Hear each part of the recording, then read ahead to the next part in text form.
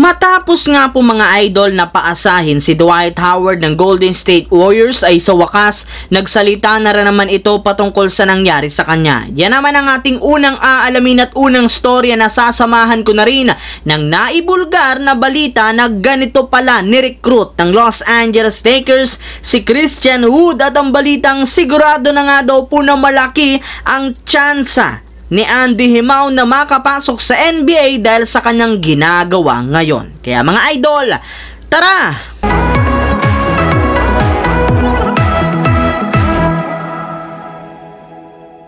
Ang videong ito mga idol ay hatid sa inyo ng Aurora Game, isang play-to-earn mobile app na kung saan pwede kang kumita habang nag-e-enjoy ka. Maraming mga games dito mga idol gaya ng Color Game na alam kong siguradong mananalo kayo. Dragon versus Tiger na simple lang, pipili ka lang kung Dragon ba o Tiger ang mananalo. Meron ding Toss a Coin na alam kong alam nyo na, at marami pang iba. Sobrang dali lang mag-register, gamit lang ang iyong mobile number, hintayin ang verification code at gumawa ng password. Madali lang din mag-cash in, at pag panalo, cash out agad gamit ang iyong GCash account. Kaya ano pang hinihintay nyo mga idol?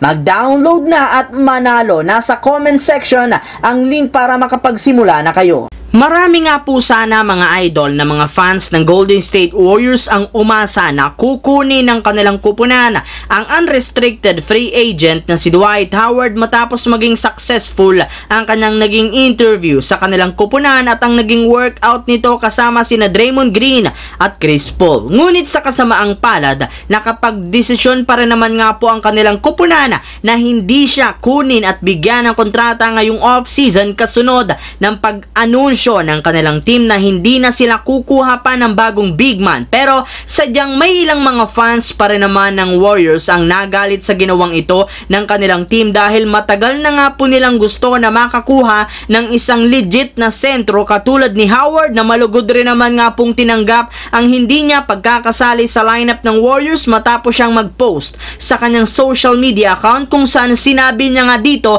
na isa siyang Warrior na hindi magrereklamo at susuko sa mga challenges na ibinibigay sa kanya. Samantala, pumunta naman tayo sa ating pangalawang storya sa naibulgar na balita na ganito pala ni-recruit ng Los Angeles Lakers si Christian Wood. Kasabay nga po mga idol ang pag-workout ni Christian Wood noong nakarang araw sa Los Angeles Lakers, ay sinabi nga nito sa media kung papaano niya matutulungan ang kanyang bagong kupunan at ang kanyang bagong teammates na sina LeBron at Davis. Sinabi rin naman niya na meron nga pong mataas na tsansa ang Lakers na magkampiyon sa darating na season gamit ang kanilang kasalukuyang lineup. Maliban nga po dyan, ibinulgar na rin naman ito na parati nga po siyang tinatawagan araw-araw ng kanilang head coach na si Coach Darvin Ham simula nang maging isa itong ganap na unrestricted free agent. Yes mga idol, araw-araw nga po siyang nire-recruit at kinakausap nito upang sumali lamang siya sa Los Angeles Lakers. Kaya isa nga po yan sa mga naging dahilan para makapag-desisyon siya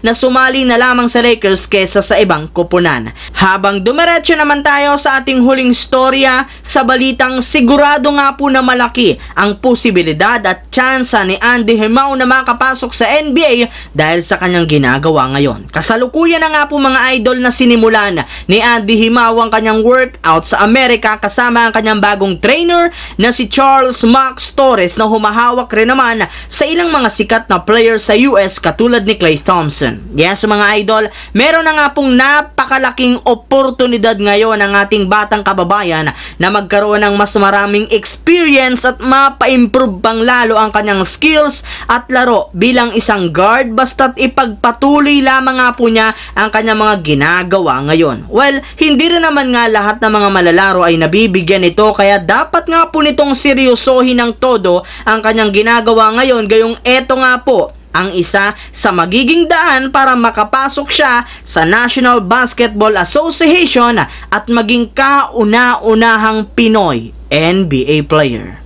So yun lamang mga idol ang ating bagong video na ating pinag-usapan ngayon dito sa aking YouTube channel. Once again, This is your J-Zone TV. Huwag kalimutang mag-like at syempre mag-subscribe, pindutin ang notification bell sa akin channel para lagi kayo maging updated sa mga videos na pinapalabas ko. I-follow nyo na, bisitahin at i-like ang ating Facebook page, J-Zone TV. Thanks for watching mga idol. Hopefully, nag-enjoy kayo ngayong araw na ito.